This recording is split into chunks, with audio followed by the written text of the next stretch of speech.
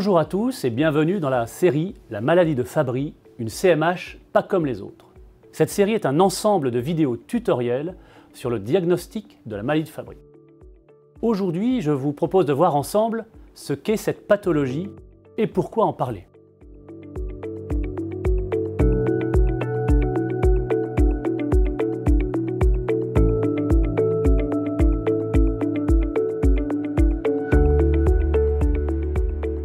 La maladie de Fabry est une maladie rare dont l'atteinte est systémique. Alors pourquoi en parler, me direz-vous, et en particulier aux cardiologues? Alors j'y vois trois raisons qui justifient dans le même temps l'ensemble de cette série de tutoriels. Premièrement, il s'agit d'une maladie rare ne représentant que 1 à 2% des cardiomyopathies hypertrophiques. Il faut donc en parler régulièrement pour l'évoquer dans certaines situations cliniques ou paracliniques et ne pas passer à côté du diagnostic. Ne pas y penser est la certitude de ne pas faire le diagnostic.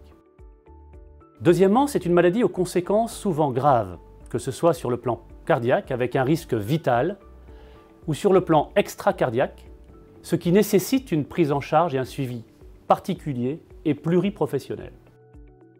Or, c'est la troisième raison d'en parler, il existe aujourd'hui des thérapies efficaces pour retarder ou mieux éviter ces conséquences graves.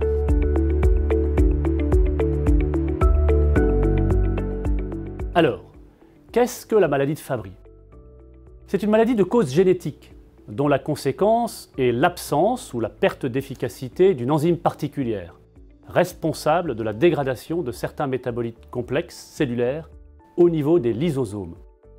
Ces lysosomes vont donc accumuler ces métabolites complexes, lysosomes qui sont ces vésicules cytoplasmiques responsables de leur destruction enzymatique dans la cellule. La maladie de Fabry appartient donc à la famille des maladies de surcharge lysosomale.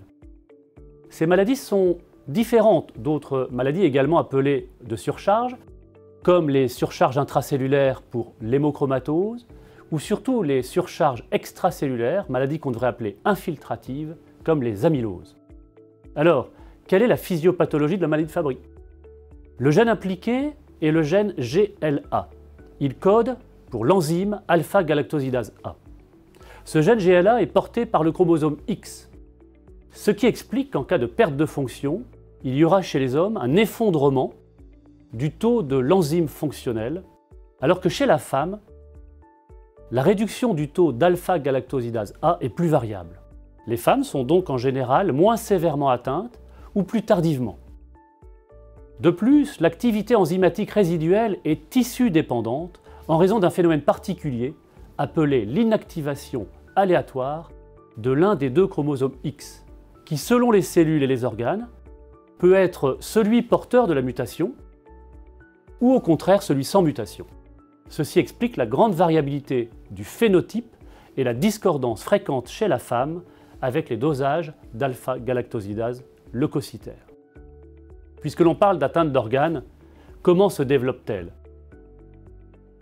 Les mécanismes sont multiples, mais associent d'une part la surcharge cellulaire avec une hypertrophie de cette cellule, comme illustré sur ce graphique et sur cette photographie de microscopie de cardiomyocytes. Cette surcharge entraîne en elle-même, à terme, une mort cellulaire prématurée. Mais il n'y a pas que ce phénomène. D'autre part, une atteinte microvasculaire, surtout endothéliale, peut être à l'origine de phénomènes microischémiques, mais également de phénomènes inflammatoires responsables de l'apparition de plages de fibrose. Maintenant que nous avons vu ce qu'est la maladie de Fabry, voyons pourquoi il est important d'en parler.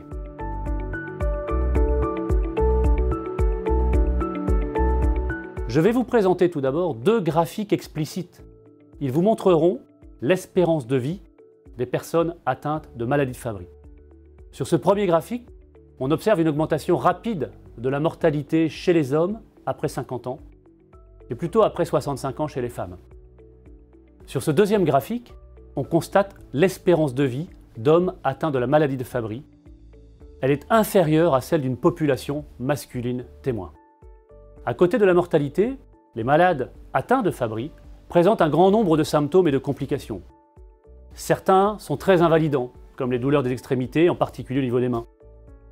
Ils présentent également des dysfonctions d'organes, altérant de façon importante la qualité de vie.